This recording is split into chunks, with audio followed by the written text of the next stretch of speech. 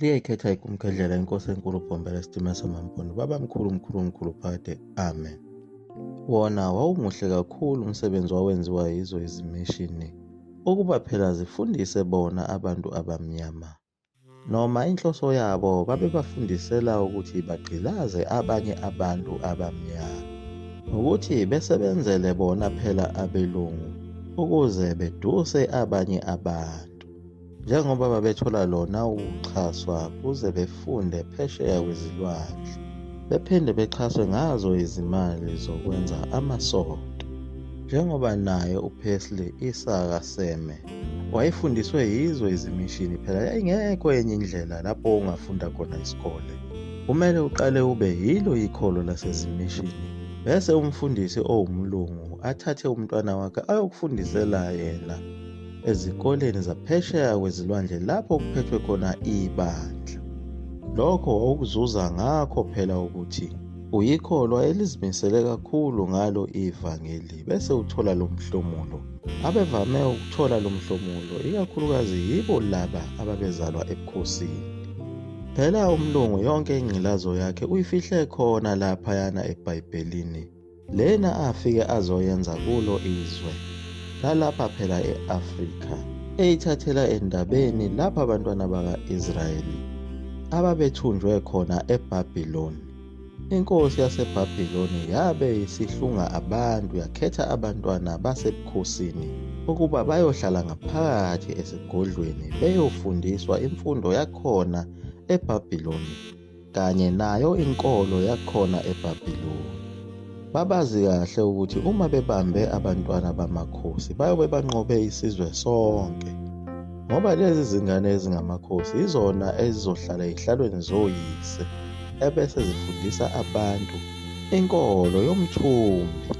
Labo bantwana eBhayibhelini yibo phela oDaniel, oShadrach, oMeshaki kanye no-Abednego, kwakungabantwana basebukhosini bakwa-Israyeli abagcine befundiswe kakhulu, kodwa bakunqaba ukudla okudliwa khona eBhabhiloni okwakungahambelani nosiko lwabo. Ngalesi sikhathi inkosi yaseBhabhiloni ifuna ukubadlisa ingulube. Baphinde banqaba imigubho yakhona eBhabhiloni ababeyigubhela onkulunkulu babo abazithixo, uKhisimusi phela nama-Easter kanye nawo uHalloween.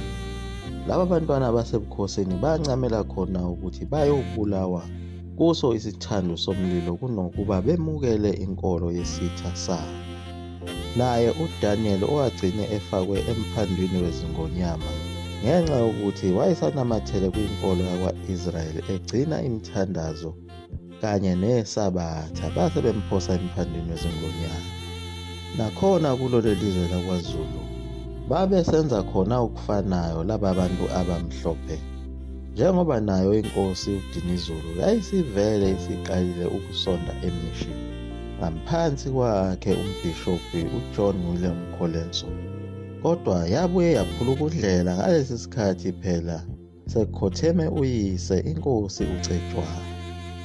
Yashiya bonke ubukhazikhazi basemishini nazo izithembiso zokuthi yayiyofunda ize iyofika phesheya kwezilwandle njengabo oJohn Langalibalele Dube nabo ababezalwa khona phela ebukhosini bakwaNgcobo.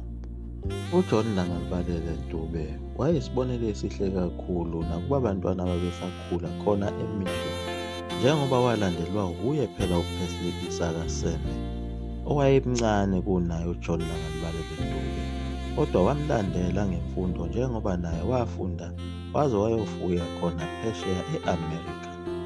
Babekhule vele kuyo imishini eyodwa phela, i-American Board.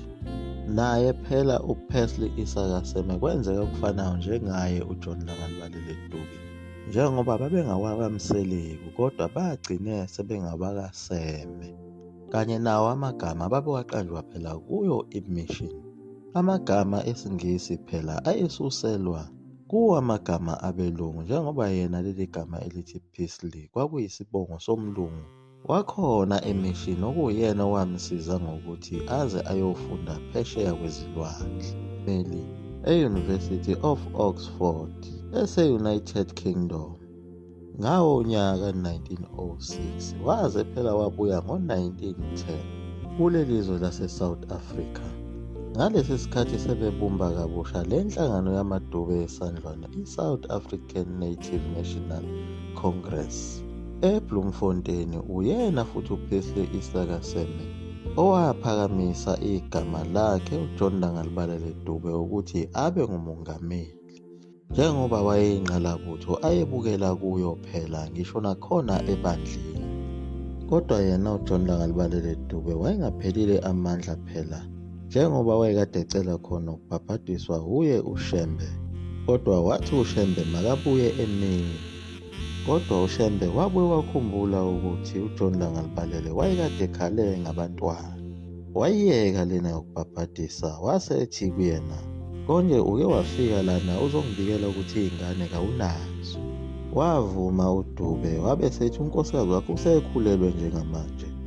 uNkulunkulu uzokunika abantwana bebe babili noma bebe bathathu. uShembe wabe sembuza omunye umbuzo ukuthi konje uthanda umntwana onjani? Waphendula Mafukuzela wathi umfana. uShembe wathula iside isikhathi engasho lutho. Wabe sethi awumangali mntanami uma ngithula isikhathi eside kangaka. Wathi uJohn Langalibalele yebo ngiyamangala baba. Wabe sephendula uShembe ngokuthi ngalesi sikhathi ngithule ngihambile ngomoya ngaya emzini wakho, ngafica abenzi bezingane esibeletheni sikankosikazi wakho sebekhande intombazane. Ngabe sengibatshela ukuthi abayishintshe kube umfana, ukuze ukholo uyobona ngokuthi lowo mntwana uyothi uma esezelwe uyobe ungumfana kodwa enomzimba wentombazane. Lowo mntwana komele umqambe uthi nguShembe ngoba uze kuShembe ukuze uthole abantwana. Nangempela safika isikhathi wabeletha unkosikazi kaJohn Langalibalele Dube, wayithola ingane yomfana, kodwa ubuso bayo kwakungathi intombazana kanye nomzimba wayo. Kodwa inkinga yabankulu kuyo uJohn Langalibalele ukuthi aqambe le ngane ngegama elithi Shembe. Lokho kwakuzomfaka kwenkulu inkinga emabandleni akhona e-American Board.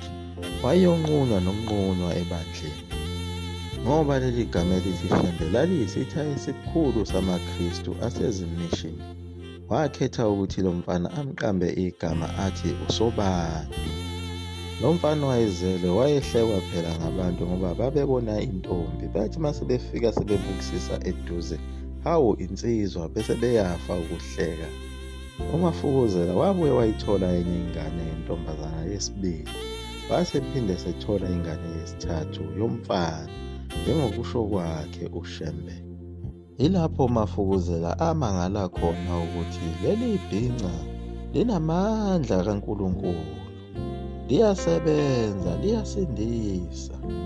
Ilapho wazabhala khona nakulo iphepha lakhe leli ilanga ukuthi kunomfundisi wezimanga kule ndawo yaseNanda osindisa abantu aphinde aphe abantu abantwana. Lezo zindaba zasabalala zazafika kubo phela abelungu, njengoba kwakukhona ilanga lesiZulu kanye nelanga lesiNgisi. Zafika nakumlungu owayimenenja esitolo esikhulu khona eThekwini kwaJohn Ors, owafika ekuphakameni esephethe lona iphepha ilanga efuna yena uShembe. Wamthola uShembe wasemchazela ukuthi le ndaba ngiyifunde ephepheni, kuyimanje ngiyahamba ngiyaphesheya kwelakithi, bengifisa ukuthi ngithole umntwana womfana ozoba indlalifa yami uma sengidlulile lapha emhlabeni. uShembe wamphendula kalula wathi ingane usuyitholile, ikhona, ihleli nengelosi yayo olwandle. Lo mlungu akayikholwanga lento eyayishiwo uShembe ngoba wayilindele ukuthi kunezinto azomnikeza zona, kodwa wakhuluma ngezwi. Wagcina ehambile umlungu kodwa enganalo ithemba. Kodwa ekuhambeni kwakhe lo mlungu wabonakala esebuya emva kweminyaka ethile, esehamba nayo ingane yakhe yomfana eyayineminyaka elinganiselwa kwe-12. Esezobonga kuye phela uShembe, ephethe imali eyayingu-20 rand wangaleso sikhathi kanye nejezi elisha afike abonga ngalo. Naye uMafukuzela wayezibona lezi ndaba anikine ikhanda ukuthi unamandla umfundisi uShembe, noma elibhinca nje liyaguqa lapho ekumgedlela msukula mafuthi omkhovu 20 minutes waphakade